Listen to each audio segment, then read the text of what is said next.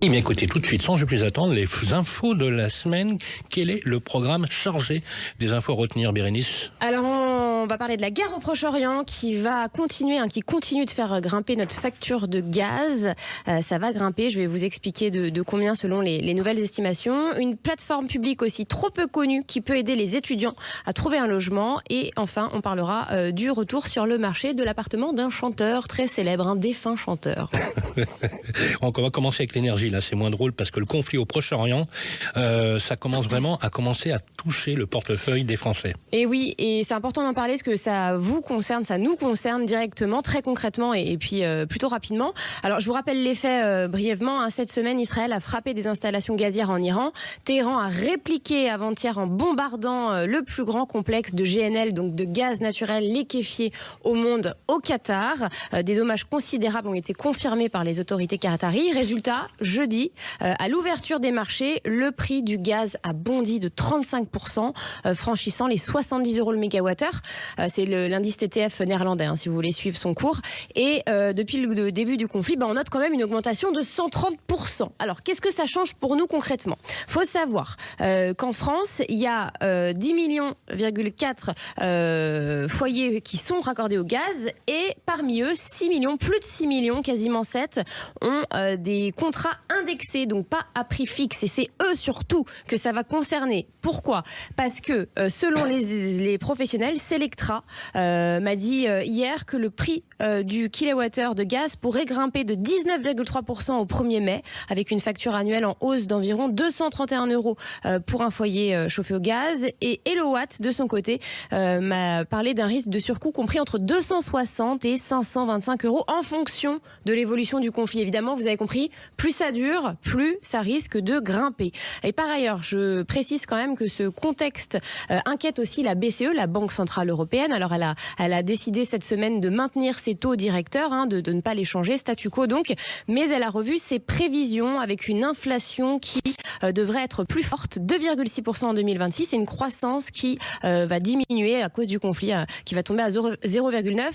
Et là, c'est pareil. En gros, si la guerre dure, plus ça dure, plus on a un risque d'inflation élevé. Ça pourrait aller, dans le pire des cas, à une inflation à 4%. Ouais, c'est pas franchement une bonne nouvelle. Et puisqu'on parle de logement, justement, et de budget, vous vouliez aussi nous donner une info très utile pour les étudiants et leurs familles. Oui, je tenais vraiment à vous parler de ça parce que c'est important de parler du logement étudiant, parce que c'est vraiment la galère. Chaque année, c'est la même angoisse, un peu d'offres, beaucoup de stress, des jeunes parfois complètement seuls face à leurs recherches.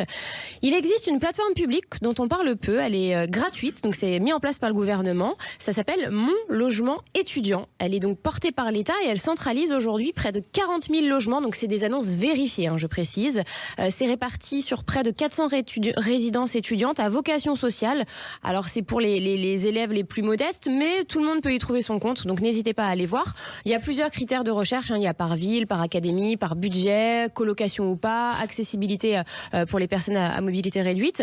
Et la plateforme, ce qui est très intéressant, c'est qu'elle permet aussi de calculer ses aides au logement, de calculer son budget. Donc c'est en plus une petite calculatrice. Donc c'est pas une solution miracle, parce qu'il y a toujours une crise du logement étudiant notamment, mais c'est un vrai outil du service public. Donc allez-y, ça vaut la peine. C'est Mon Logement Étudiant tout attaché .beta.gouv.fr. Oui, c'est une version bêta parce que c'est en cours ils sont en train de voir comment ça marche, mais ça fonctionne.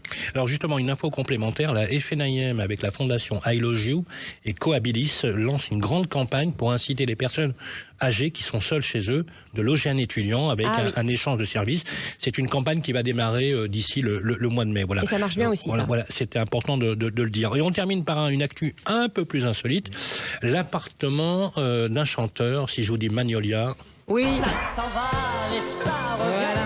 Et justement, ça s'en va et ça revient, le vient et ça s'en va et revient. En fait, je vous parle de l'ancien appartement du chanteur Clo-Clo, dans lequel il est mort d'ailleurs, situé dans le 16e arrondissement, boulevard Exelmans, un appartement donc où il y a une plaque commémorative sur la façade de l'immeuble. Ce bien avait été acheté fin 2024, 950 000 € et il revient sur le marché aujourd'hui à 1,69 $. Et oui, près de 640 000 € de plus. Alors pourquoi ? Parce qu'il y a eu une rénovation complète par un professionnel de l'immobilier avec des architectes, des décorateurs pour le transformer en penthouse contemporain haut de gamme. Donc je vous le décris, ça fait quand même rêver. 77 mètres carrés, un séjour de 46 mètres carrés, plusieurs balcons et surtout une terrasse privative de 62 mètres carrés avec vue sur la Tour Eiffel et le Sacré-Cœur. Et cerise sur le gâteau, Laurent va être content, un DPE, diagnostic de performance énergétique classé B. Donc là, on est vraiment sur un produit premium. Mais attention, ce bien comporte une histoire lourde parce que oui, Claude François est mort dedans, dans sa salle de bain, je vous le rappelle.